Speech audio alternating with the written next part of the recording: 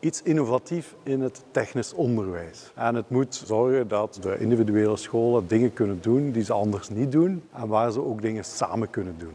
Dat was de initiële vraag enkele maanden voordat we met Limburg Stemt Af van start zijn gegaan.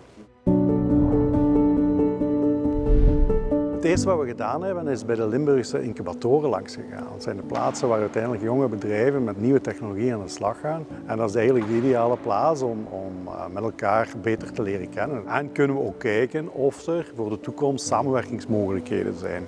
Het tweede jaar was dan het idee van we willen scholen iets zelf laten doen. En daar hebben we eigenlijk scholen uitgenodigd om voor zichzelf een uitdaging te definiëren. En dan moesten wij onderling stimulerend een project bedenken met een groepje van leerkrachten die daaraan deelnamen. Hoe gaat je dat doen met zo'n project Canvas? Hoe gaat je dat doen met pitchen? Want je moest dan op een gegeven moment dat gaan voorstellen. Hoe doe je dat dan? Een beetje hands-on handvaten. En dan denk ik in het derde of het vierde jaar kwam zo de eerste echte... We gaan een project doen met leerlingen. En dan moesten we dat dan, als we al geleerd hadden in de jaren daarvoor, met die connecties en zo, moesten we kijken. Daar werden ook al zo wat voorstellen gedaan van, misschien met dat bedrijf of met dat bedrijf. En sindsdien is het ieder jaar dan weer iets geweest, zoekende naar een project in combinatie met een bedrijf, met leerlingen enzovoort. Limburg Stemt Af was een unieke ervaring. Heel veel komt op je af. Oké, we krijgen een thema en rond dat thema ga je dan gaan opzoeken wat kan er gemaakt worden om dat project relevant te maken. Het was wel spannend en een beetje stresserend. Dan moesten we de verantwoordelijkheid pakken om zelf een planning op te stellen en ook de taken verdelen om uiteindelijk een pitch te gaan geven over wat we precies gingen doen heel het jaar. Zo'n opstart van een project, je denkt eigenlijk alleen van oké, we moeten dat realiseren. Hè. Maar natuurlijk zijn er bepaalde data die RTC in de hand houdt en zegt van kijk, tegen dan moeten we dat hebben en dan willen we graag uw pitch.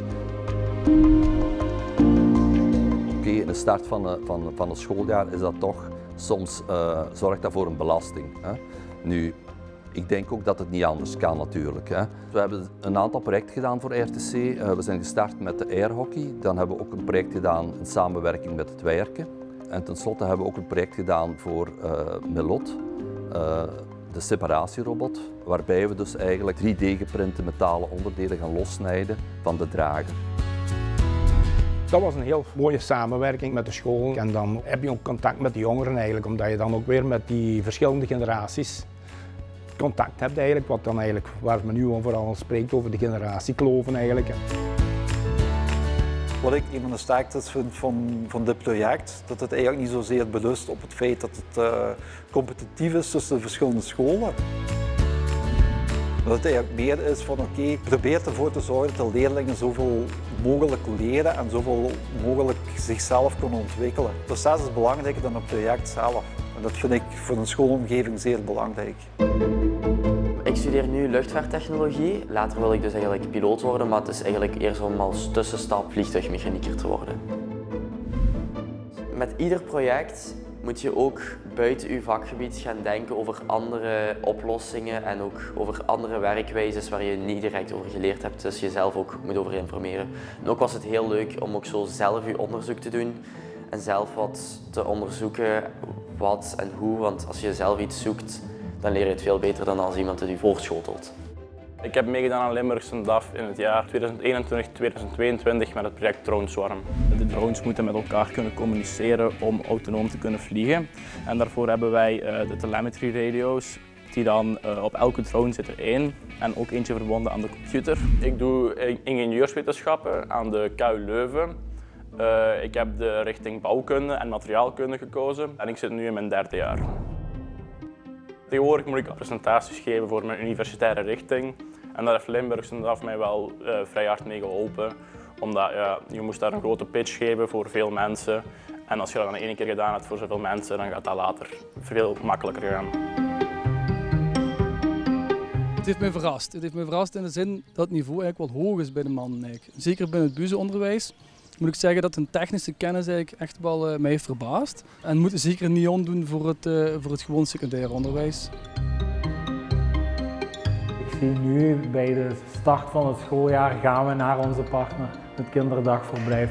En daar zie je echt dat de leerlingen al heel concreet het voor zich hebben van wie is nu mijn eindklant, voor wie ga ik dit maken. De energie die dan er verder van mij nog ingestoken moet worden is vooral om wekelijks de leerlingen te activeren en te motiveren.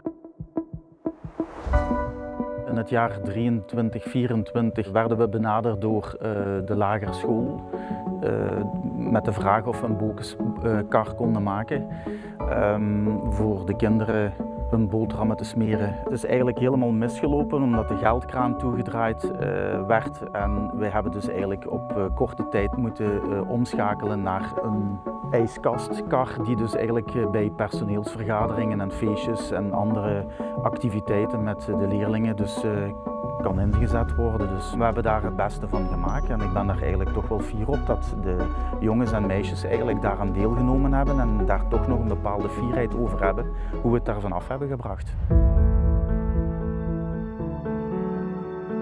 Limburg stemt af als initiatief vind ik een van de tofste dingen die er zijn. Er komen heel veel dingen die ik belangrijk vind in samen. Werken met jongeren vanzelfsprekend, maar ook het gericht op zoek gaan naar oplossingen voor een bestaand probleem. Iets dat mislukt. Dat is een leerproces waarbij ze dingen bijleren. Je merkt dat heel veel nieuwe technieken ook meteen worden opgenomen in Limburg stemt af. Het stemgebeuren waar er natuurlijk heel fel in terugkomt. Al die dingen samen maakt Limburg stemt af iets heel waardevol voor jongeren, denk ik. Proficiat Limburg stemt af. Ik wens jullie in de komende 10 jaar nog veel projecten zoals we in het verleden hebben gezien. Ik hoop dat jullie in de toekomst nog heel veel leerlingen kunnen bereiken. Proficiat met jullie 10 jaar Limburg stemt af. En hun kunnen stimuleren om een betere versie te worden van hun eigen. Ik wens het team van Limburg stemt af nog veel succes. Ik ben er zelf 10 jaar bij. Ik heb er 10 jaar van genoten om leuke projecten te doen. En ik hoop vooral dat we de komende jaren die projecten kunnen verder verdiepen. Een dikke proficiat aan Limburg stemt het af. Ik heb veel genoten van het project en ik hoop dat nog veel leerlingen na mij kunnen meedoen aan het project. Ik wens dat jullie verder doen met dit concept. Het werkt fantastisch voor de leerlingen. Mijn wens voor Limburg stemt af en voor het RTC is dat wij de eerste generatie van leerlingen die we 10 jaar geleden gezien hebben, dat we die binnenkort mogen zien als zijnde partner of promotor van nieuwe projecten. Leerlingen van vroeger die de partners van morgen worden.